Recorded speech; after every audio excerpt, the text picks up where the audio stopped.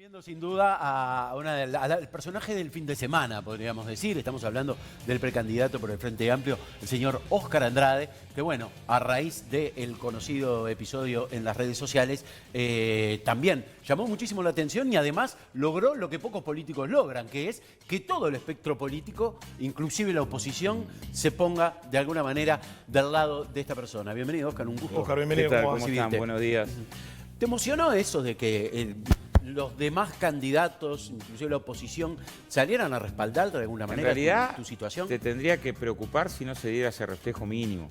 O sea, yo no sé si registra antecedentes en la política uruguaya de una campaña en la que se pongan hijos de los candidatos diciendo compartan la foto de los asesinos, que eso es lo que está denunciado en Interpol, ¿no? O sea, ante un hecho de esa magnitud, es muy bueno.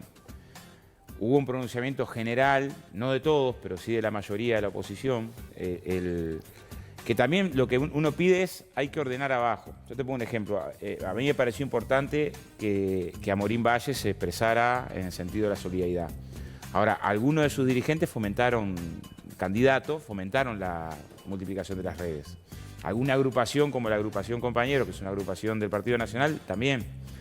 No le quita valor esto al pronunciamiento de la calle Po y de Larrañaga. Me pareció que fue un gesto importante que hay que considerar. Lo que digo es, tenemos que tener la condición todos de poner algún límite. Este parece ser un límite razonable, porque claramente es un delito la incitación al odio. No es que hubo una desubicación en un planteo, una burla. Estás compartiendo fotos de niños, en algunos casos. 2 de mis hijos son menores. Bueno, de mis sobrinos, ¿no? O sea, en un momento hay uno que además es fusilero naval, según identifica Interpol, que pone toda la foto de las familias diciendo compartan también las fotos de los asesinos. Uno de los usuarios que replicó de los usuarios este contenido. que en principio, esto está en investigación de la Fiscalía de primer turno de flagrancia, en principio es identificado por delitos informáticos como de los primeros en promover este tipo de ataques cibernéticos, ciberataques, ciberbullying. Que me parece que es un límite elemental, no es un límite en el que tendría que ser muy complejo ponernos de acuerdo. Decir, bueno, parece que incorporar a la familia en este tipo de lógicas. Yo ponía, a ver, mi hija más pequeña me decía, papá, vos no te preocupes que ellos no saben que a mí me gustan los unicornios, por eso me están atacando. Vos decís, no tiene sentido que se llegue a este tipo de situaciones que no merecen otro... O sea, me preocuparía al revés. Si ante una circunstancia de este tipo, algún dirigente político la avala, por eso me preocupa cuando algún dirigente intermedio frivoliza o quiere sacar el foco de donde está el foco. El foco es que hay un delito grave, que es un delito de instigación al odio, que ante un delito de instigación al odio, a quien sea, independientemente de la orientación política, filosófica, como sociedad tenemos que ponernos de acuerdo que eso no. Hace una cosa pequeña y ya dejo. Cerca de fin de año, el mismo día que se celebraba el aniversario del Río Libertad, que es una de las gestas cívicas más importantes, las juventudes de los partidos políticos todos nos pidieron una campaña que no transitara por acá. Pero también implica tener coherencia en ir a una campaña que debata apasionadamente economía, filosofía, derecho, para dónde tiene que ir las políticas sociales, las empresas públicas, el déficit, la política educativa, pero que no transiten una cosa tan repudiable, ¿no? Sí, a ver, en ese sentido, las estructuras de los partidos albergan, digamos, a la masa y ahí puede aparecer de todo, ¿no? Lo bueno es que los candidatos, que son quienes tienen que, como referentes, tienen que enviar las señales, los precandidatos de todos los partidos... Algunos precandidatos, no todos, ¿no? Bueno, capaz que los más visibles, me quedo con, por ejemplo, lo que dice... yo escuché a Talvi en su tuit decir... Talvi, Amorín, Mieres, la calle Po y Larrañaga. No escuché a Novik, Sanguinetti, o sea, algunos de los precandidatos sí se pronunciaron, no todos. Eso también es una constatación de la realidad. Claro, para algunos fue importante, para otros no fue importante pronunciarse. Lo que decía Talvi, ¿no? En política no todo vale. Y hay algo que definitivamente no vale, que es involucrar a las familias, y más cuando se trata de menores de edad. Y de esta forma, ¿no? O sea, asesinos. Sí. Es de locura, o sea, ¿no? Y además compartan, es un grado de vulneración complicado. Yo creo que también hay un llamado al raciocinio generalizado, más allá de los candidatos, a los usuarios, porque, digamos, los que hoy por hoy también empatizan con tu situación y condenan el hecho, capaz que el día de mañana, presa de las pasiones. de las No, pasiones, por capaz eso. que incurren en lo mismo porque la campaña recién está Entonces empezando. tenemos que trabajar para que no rinda. Si generar actitudes de este tipo generan amplísimo rechazo, ayudamos a que no rindan.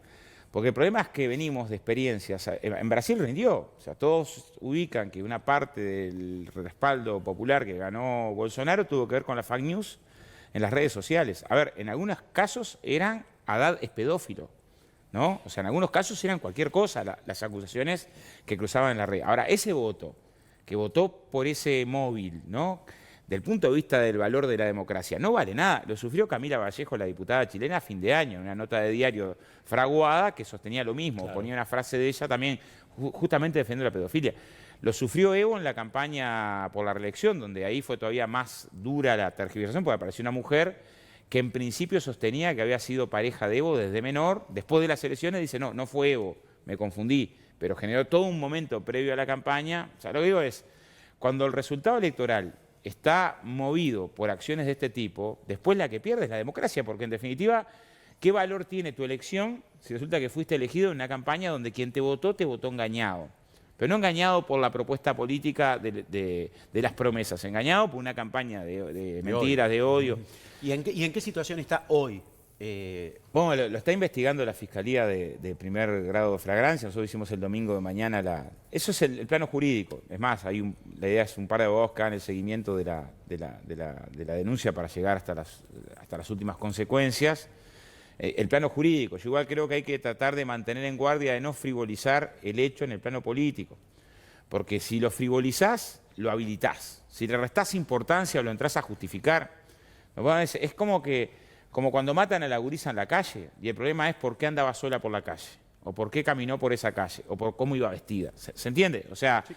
y no te fijas en el femicidio. O sea, en este caso me parece que es igual. O sea, inaugurar en Uruguay, a quien sea, en este caso nos tocó a nosotros, me tocó a mí, que se utilice la familia, los hijos, hasta los niños, en una circunstancia de ataques de esta característica, repito, no merece. Yo valoré públicamente el tema de la oposición, salí en las redes a decir qué bueno la gesta de la oposición, pero no salir en este caso también demuestra, desde el punto de vista personal, una actitud que es terrible. No me imagino no salir. Decir, bueno, sería una falta de reflejos muy evidente, ¿no? Bien, bueno, lo cierto es que por lo menos el tema se instaló temprano, lamentablemente, digamos, pagando las consecuencias tu núcleo familiar. En ese sentido te pregunto, ¿cómo están tus hijos manejando esta? Mira, la más grande fue la más afectada, porque en realidad recibió por todas partes. Como tiene más manejo de redes que los otros, recibió por Twitter, por Instagram, porque después hay una tonelada de gente que se suma desde otro lugar, desde la burla, de distinto tipo de agresión, ¿no? Y fue la que estuvo estos días más afectada. Igual, yo creo que ahí estamos tratando de rodear como podemos esa situación. Que es decir, en realidad tampoco está bueno que hasta ese nivel se exponga la cuestión, ¿no? ¿Estás de acuerdo, adherís a la postura o el proyecto del diputado nacionalista Rodrigo Goñi de hacer un pacto ético digital? A ver, hay un montón, no conozco la iniciativa de Goñi. Sí, había una que había presentado Tegui sobre el tema de las sanciones a las campañas o a las fake news. Yo creo que la batalla está en distintos niveles. No sé si la iniciativa Goñi adquiere componentes penales o no lo sé. Sí sé que vamos a tener que blindarnos desde el punto de vista de la institucionalidad, porque lo que se coloca en cuestión es la democracia. Repito, yo tenía muchas ganas de votarlo, te iba a votar, ¿no? Pero resulta que no te voté en el último momento porque me aparece una información en WhatsApp que es falsa, donde vos le pegás a tus hijos, ¿no? Y yo me doy cuenta eso después, que no te voté. Bueno, en realidad lo que pierde es la democracia, porque estoy distorsionando la posibilidad del elector. Entonces, como eso hoy es moneda común y corriente, tuvo que ver con la elección de Trump, no estamos hablando de fenómenos locales, es global, que se estudian los perfiles de los usuarios, qué tipo de usuarios es más proclive a creer qué cosas, y se arma a medida campaña de esta característica. Tenemos que tratar de estar, primero, desde las dirigencias políticas, no hacernos los distraídos por abajo cuando se arma, porque en realidad muchas veces, cuando se arman este tipo de emboscadas, en muchos casos se arman, si no con el aval, con la cuasi complicidad. Eso es lo que ha pasado en todos los países. No estoy diciendo que pase acá, o sea, ha pasado. Y también tener el reflejo social del repudio que permita que no rinda en términos políticos también, ¿no? Ancoñi decía que para el sector de él habían pedido específicamente a los asesores de campaña no utilizar bots ni trolls, ¿no? Estos mecanismos a través de Twitter, sí. en fin, donde cuentas inventadas sin un ser Pero humano que detrás. las hay las brujas, y las hay de todos los colores las brujas. No me cabe la menor duda. Él nos decía, y bueno, se hará cargo de sus palabras, si esto es así, que él había pedido que no existiera ¿Para ni todo bots el Partido ni trolls. Nacional Te o para su sector? Por lo menos para su sector. Claro, lo que digo Nos es, decía ayer. yo lo que te puedo decir... Pregunto si en tu sector. No, nosotros, a ver, en realidad tenemos un tipo de campaña, nuestra campaña, que es una campaña que apuesta mucho a la histórica, ¿no? No tenemos un mango, pocas salidas en los grandes medios, y la campaña nuestra es mucho mano a mano en los lugares, en las asambleas, en los barrios, O sea, en las a las marchas, bases. en las recorridas. Ese es el tipo de campaña al que estamos jugando. Menos en ese tipo de lógica, porque aparte no es ético, pero que hay de todos los colores, perfiles falsos que juegan en un lado y otro. Hace falta vivir en Uruguay. Yo casi no uso el Twitter, ¿no? Pero el Twitter es un caso increíble, ¿no? Aparecen cientos que tienen un seguidor, 2 seguidores, la imagen es una caricatura, ¿no? Y son los más agresivos en las redes. El problema, repito, es que socialmente sumemos a la condena de que eso no. Aislemos ese tipo de práctica política, porque eso debilita a toda la democracia. Y te digo, yo he visto de eso de todos los colores. No vamos a jugar nosotros por ahí ni un minuto, porque en realidad el resultado que tenés es un resultado paupérrimo. El triunfo a lo pirro, decís, tuve un triunfo, pero en realidad en el triunfo descascaré.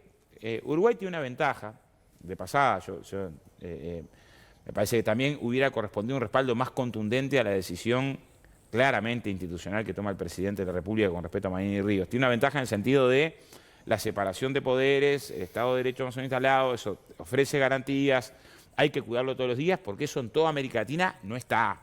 O sea, el tema de los derechos humanos en toda América Latina está muy complicado. La independencia del Poder Judicial. Este es un drama en toda América Latina. En Guatemala, en Honduras, en Panamá, en Brasil, en Venezuela. En toda América Latina hay severos problemas. Uruguay tiene ahí una ventaja. Me parece que es una ventaja que tenemos que saber cuidar y no darnos cuenta cuando la pierdamos, ¿no?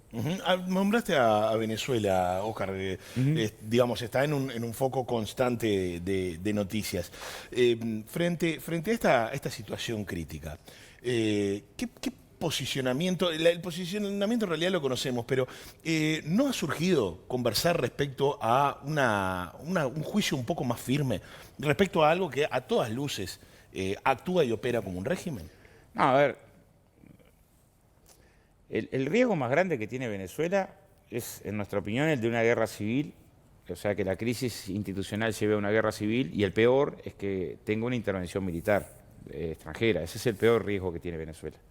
¿Y la crisis humanitaria de hoy? Claro, ante ese riesgo que tiene Venezuela de crisis de guerra civil, o sea, olvídalo. En Siria murió 500.000 de civiles después de la intervención militar. Está bien, pero... ¿Se entiende? O sea, el peor riesgo. No ¿Por qué ese es el peor riesgo? Si no hablamos de Yemen, por eso, Claro, si no nos vamos a la comparación... Por eso quiero decir que es el peor riesgo. En Venezuela, ¿cómo se sale? Con elecciones. La oposición y el chavismo discutieron de llegar a elecciones. Lo hicieron en República Dominicana. El mediador fue Zapatero. Yo me tengo que guiar por quien estuvo mediando. Claramente no identificado con el chavismo, Zapatero. Según nos dice Zapatero, se llegó a un texto de común acuerdo de participación de elecciones, de las que fueron el año pasado. Y según Zapatero, la presión internacional llevó a que una parte de la oposición no participara de esas elecciones. ¿Había o no había garantías en esas elecciones? Yo no fui a esas elecciones, ahora sí fue Botinelli. ¿Alguien puede pensar que Botinelli no sabe el sistema electoral? Lo que nos dice Botinelli es que esas elecciones tuvieron 18 salvaguardas, 18 sistemas de contralor en las que la oposición que fue a las elecciones y el chavismo participó, ¿no? Y que las garantías de ese proceso electoral que fue en mayo del año pasado eran amplias. Hubo una parte de la oposición que no fue. Yo creo que ahí hay un costado de responsabilidad. En una crisis que existía, social, económica, política e institucional. Hubo una posibilidad de salida electoral, esa posibilidad de salida electoral, hubo una parte de presiones que no fueron. ¿Por qué las presiones? Yo creo que las presiones sobre Venezuela para que esto estalle están muy... O sea, yo no puedo creer que la preocupación norteamericana es por los derechos humanos. No puedo creerlo porque tiene niños enjaulados hace poco, quiere hacer un muro, tiene una cárcel como de Guantánamo. ¿Y el resto de la comunidad internacional? De vuelta, Posada Carriles murió ahí. ¿Quién es el operador principal? Para mí Estados Unidos. Y es la geopolítica norteamericana la que lleva que el grupo, la que ordenó hasta ahora, se desaliñó ahora el Grupo de Lima, no pidiendo intervención, pero ordenó las posturas del Grupo de Lima. Pero, a ver, ¿no vemos lo que está pasando en Haití? Pero para Oscar, poner un ejemplo. ¿no hay responsabilidad de Maduro Sí, en ningún claro, momento? claro, pero estamos discutiendo dos cosas. ¿Hay responsabilidad del chavismo? Sí, en la crisis económica, en fenómenos de corrupción, en fenómenos de violencia. Hay. ¿Cómo se sale de esto? En clave democrática. ¿Se ofreció clave democrática? Sí. ¿Tenía garantías? No discutas conmigo, discutí con Botinelli. Según Botinelli, sí. La oposición no fue. Una parte no fue. ¿No? Esa es la elección que eligió Maduro. Más de 6 millones y pico, en una elección que tuvo 18 resguardos, votaron a Maduro. En esa elección. Son los venezolanos los que tienen que elegir. No es un problema si a mí me gusta o no Maduro. O sea, los que tienen que elegir el presidente de Venezuela son los venezolanos, no lo tiene que elegir Estados Unidos, como eligió. Porque Guaidó se eligió solo. Ahora, que alguien que se elige solo, ¿no? Como presidente, ¿no? Y Estados Unidos lo reconoce, pide intervención militar a su país. Es, en mi opinión, una barbaridad. Ahora, ¿cómo informó la prensa acerca del ingreso de ayuda humanitaria? Está el informe del New York Times, Sí. insospechado ahora de chavismo, ¿no? Donde claramente muestra, al que lo quiere ver, que fue la propia oposición la que prende fuego a la ayuda humanitaria. Bueno, ¿por qué insospechado? ¿De chavismo? Bueno, pero la tarea ¿El del New York periodismo... Times de chavismo? Sí, la tarea del periodismo es precisamente... Pero lo que digo es... Pero no pero podemos digo, acusar que el New York Times sea operador en función de... del chavismo, no. El New York Times es insospechado de chavismo. O sea, claro. No. Lo que te quiero decir es pero que... ¿me entendés lo que te digo? O sea, si algo tenemos que decir que es un medio que no es funcional al régimen chavista, como quien No, dice, ¿no? sí. Al No tiene contrario, por qué ser ni funcional ni es ninguno. muy duro. O sea, el New York Times, en su línea editorial, es muy duro con el chavismo. Ahora, en su investigación surge que, a diferencia de lo que salió acá en la tapa de los diarios, donde decían el régimen prendió fuego a la ayuda humanitaria, quien prendió fuego a la ayuda humanitaria para montar una provocación son los sectores que llevaban la ayuda humanitaria, ¿no? No, No sucede tiene- accidentalmente. Yo lo que digo en el es- video se no. muestra que es accidentalmente. Yo lo la que digo persona es- tira, obviamente, yo- está jugando con un cóctel molotov Seguro. y se lo tira a una cantidad de gente y el trapo va para otro lado. Yo lo que digo es, a ver, no parece bastante obvio que hay una parte de la oposición, no toda, hay una parte de la oposición que claramente quiere encontrar salidas democráticas. Voy a poner un segundo debate que acá tuvo muy poca repercusión, en mi opinión. Un momento de la crisis institucional en Venezuela fue la Asamblea Constituyente, ¿no? Porque fue muy cuestionada la Asamblea Constituyente, que fue impuesta a prepo, que el diálogo no era diálogo. Acá todo el mundo dice, Maduro convoca un diálogo donde no hay diálogo, es imposición, porque quiere imponer un régimen dictatorial. La semana posterior de la Constituyente, el periódico Nacional, que es el principal periódico de Venezuela, que es antichavista, rescata un debate entre Ramos Alup y Guevara, uno de Asamblea de Acción Democrática y otro de Voluntad Popular, ¿no? ¿Qué dice en este debate? Ramos Alup acusa a Guevara, es googlearlo, ¿no? Ramos Alup acusa a Guevara diciéndole, nos ofrecieron diálogo y vos bombardeaste todo. Los dos antichavistas, los dos referentes del antichavismo. Nos ofrecieron, está en el periódico Nacional, integrar poner uno de la oposición en el Consejo Electoral, elegir un segundo de común acuerdo y postergar la Asamblea Constituyente para darnos tiempo para participar. Y vos decidiste romper todo e ir a la acción directa. Estos matices de la crisis, ¿no? Hay una crisis, yo repito, responsabilidad del chavismo hay en el manejo de la economía, hay en la violencia, hay que hubo fenómeno de corrupción, hay, no es que no haya. ¿Responsabilidad única cuando tenés una parte de la oposición que te prende fuego un centro materno infantil? No hay responsabilidad única que se prenda fuego en Venezuela. Pero vos pensás que Maduro cree en la alternancia de poder como para aceptar de buena gana que haya elecciones donde eventualmente pueda perder. Hubo No lo ha elecciones, demostrado pero hasta hubo ahora. elecciones que perdió. A ver, hubo un plebiscito que venció el chavismo que perdió y la Asamblea Nacional se perdió. Es más, ahí tenés otra parte de la crisis. La Asamblea Nacional pierde, hay gran mayoría de la oposición. ¿Por qué está el conflicto de poderes entre la Asamblea Nacional y el Poder Judicial? Porque hay 3 diputados que fueron, uno del chavismo y 2 de la oposición, que fueron acusados por fraude. Entonces se pedía que en ese lugar se hicieran elecciones de vuelta. Podía funcionar con mayoría de la oposición la Asamblea Nacional. En principio aceptó el fallo. Fue la presión de la OEA, entre otros del conciudadano Almagro, que presionó para decir, no, tienen que integrar a los 3 diputados ahora. Entonces, todas las leyes que salían votadas con los 3 diputados eran leyes que eran declaradas inconstitucional porque había 3 diputados que eran... En esa crisis, ¿no? O sea, ¿no era más sencillo organizar las elecciones para esos 3 diputados y seguir funcionando con mayoría que seguía teniendo la Asamblea Nacional? Entonces, lo que digo es, la decisión de ir a confrontar a por todas... O sea, Maduro cometió errores claramente cuando plantea desconocer la Asamblea Nacional desde el punto de vista democrático, es una señal que te pone contra las cuerdas. ¿Pero se condena? ¿Se la También, condena? lo hablé acá con el embajador el mismo día. Ahora, 2 meses antes, la Asamblea decide que Maduro no es más presidente cuando no tiene ninguna facultad. Lo que yo veo desde afuera es que ante una actitud que está fuera de todas las normas, de un lado, hay una condena brutal y de este lado podés proclamarte autopresidente solo y no existe la misma condena. ¿Me explico? O sea, lo que digo es, cuesta tratar de pensar la realidad venezolana con mayor rigurosidad en una clave. Yo comparto la opinión del gobierno en el sentido de decir, hay que fortalecer la democracia, la salida tiene que ser con diálogo, en paz y en autodeterminación. Esos son principios para este lío, o sea, muy claros, o sea, porque tenemos una larga historia de qué pasa cuándo. O sea, no fue hace tanto que nos comimos que había armas de destrucción masiva en Irak hasta que después lo barrieron. ¿Cómo está ahora? Que les llevaron libertad y democracia en Siria. O sea, ¿cuál ha sido la historia de las intervenciones? En general, donde hay petróleo. Yo repito, si no hubiera las reservas petroleras que hay en Venezuela, no tendríamos este lío. Venezuela sigue siendo socio comercial de Estados Unidos. En realidad, sobre este punto, la pregunta... Pero que Venezuela siga siendo socio comercial no implica... A ver, que vos puedas instalar sobre el país un bloqueo del tamaño de lo que instalás, que vos definas que vas a... Eso está fuera de la cuestión. Mi pregunta era si surgía, en realidad surge, porque vos me decís, acá hay responsabilidad del chavismo en la corrupción, hay responsabilidad hay cosas que el chavismo no pudo resolver. En la crisis económica. Yo preguntaba si surge precisamente no te digo una condena, pero sí una revisión a decir, bueno, no, pero, a ver, de vuelta. podemos estar tan cercanos ideológicamente de un gobierno que plantea este escenario. De vuelta. A ver, ahí tenemos una discusión que va a estar durante toda esta campaña. Yo creo que en el 71 el problema era si nos llevábamos los niños a Rusia.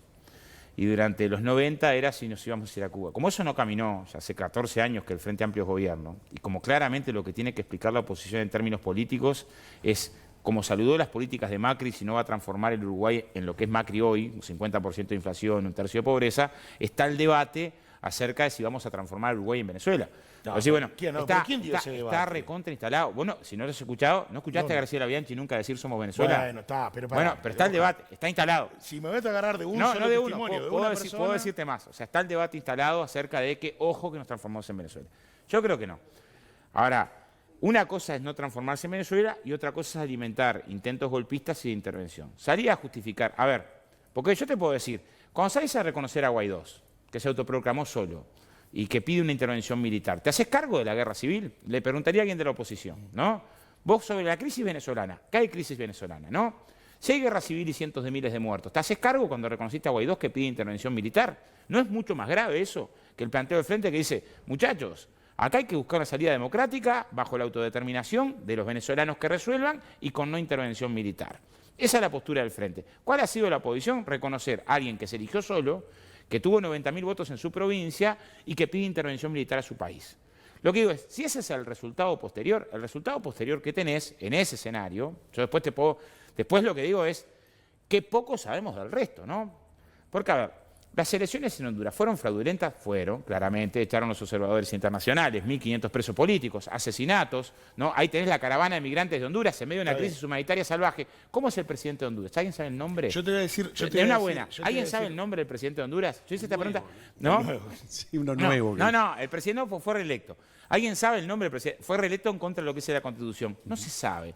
¿No será que estamos opinando mucho? Y aparte, Hernández, Morales, Honduras, Guatemala... apellidos que son muy fáciles de aprender. ¿No será que una parte de lo que estamos opinando, lo estamos opinando por lo que los medios nos dicen que tengamos que opinar? ¿No es mucho más cercano Venezuela a los resortes emotivos de los uruguayos que Honduras? A ver, ¿no nos preocupa lo que está pasando en Brasil? Voy a poner un ejemplo. 61 campesinos asesinados el último año, 61.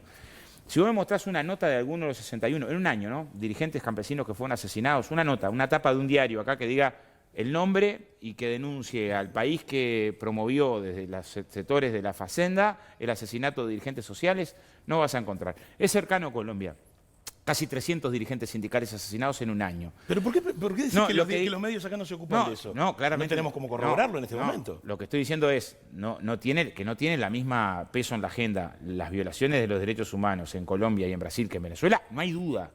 No hay duda. O sea, si yo tengo que poner cuánto se trata, a ver, hubo 100 candidatos en México en la elección, 100 candidatos en México, también la relación histórica con México, ¿no? 100 candidatos asesinados en el proceso electoral. Todo eso salió en la prensa. 100 candidatos. Lo que estoy diciendo es que la magnitud de la crisis, desde el punto de vista, es radicalmente diferente a estos fenómenos puestos en Venezuela. Radicalmente diferentes. En tu gremio, o sea, periodistas asesinados en México, o sea, México y Honduras son los dos países que tienen más periodistas asesinados. no tiene la misma repercusión que un periodista asesinado en Venezuela. Es clarísimo eso. O sea, Bueno, mañana... ustedes, pues, son miradas distintas. Oscar, Pero no, pero una buena. Mañana matan a un periodista en México, como mataron, creo que 7, 8 el año pasado, ¿no? Y no tiene la misma repercusión social que eso pasado en Venezuela.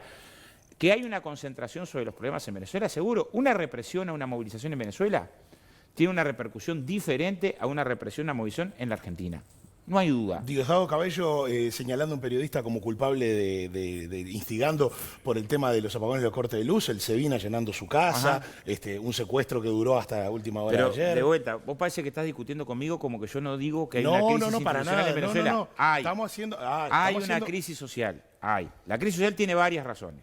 Una son exógenas, la caída del precio del petróleo y hubo un problema muy fuerte desde el punto de vista de la sequía, y otra propias, enormes dificultades del chavismo en el manejo de la economía, de la inflación, enormes dificultades en el cambio de la matriz, enormes dificultades desde el punto de vista propios, ¿no? Y fenómenos propios de la conducción que son parte de la responsabilidad de los problemas. A eso se le agrega ahora, desde hace un tiempo, un bloqueo muy duro que yo creo que ningún país de América Latina soportaría en pie, por el tamaño que tiene el gigante de que es Estados Unidos cuando te bloquea las cuentas, ¿no? Ahí tenés un poco la profecía autocumplida, ¿no? Te agravo la crisis social. Es como que yo diga, me va a doler el dedo, yo creo. Me va a decir, no, Cristian, me va a decir, no, ¿por qué te va a doler el dedo? Yo creo que me va a doler el dedo. Y agarro y pum, me pego en el dedo. ¿Viste que me dolió el dedo? Así, porque te pegaste, papá. Bueno, hay una parte en la que se profundiza la crisis. O sea, cualquiera de los países que están en dificultades, si además tuviera que sufrir lo que está sufriendo desde el punto de vista de el cerco, estaría peor. Entonces acá tenemos dos posturas. La postura que yo defiendo es la postura del gobierno uruguayo. ¿Qué dice el gobierno uruguayo? Convoca al diálogo, intenta mediar, piensa en una salida democrática, convoca a la no intervención militar y a que América Latina sea zona de paz. ¿Qué reconoce una parte de la oposición? A Guaidó, que pide intervención militar. Son dos posturas ante la crisis. ¿No? Yo voy a hacer hacer como Toyo, ¿no? Porque tenía como 8 preguntas más o menos que preparé para hoy, pero te las voy a mandar por mail. No, ya tenemos que cerrar, simplemente para despedirte, para decirte que bueno, que fue un placer tenerte aquí, que ojalá se solucione y se encuentren las personas responsables, porque de alguna manera creo que sanea el sistema político y la democracia, que dio pruebas de que es relativamente saludable en el apoyo que recibiste de la oposición. Sí, y algún día hablemos de otra cosa que no sea... No es que no me interese. Te juro que yo tenía otras preguntas. Pero vamos a hablar de otras cosas. Pero bueno, que tengan más que ver con lo de acá. Entre otras, el primer beso, ¿no? Que también estamos hablando de esto con la gente. Yo reconozco, siempre es un placer charlar con Oscar, porque aparte es el diálogo totalmente llano, transversal y respetuoso y demás. Y a veces la charla pide meterse en otros temas. Por eso yo simplemente la miré. Muchísimas gracias, Oscar. Un gusto estar por acá. Vamos arriba.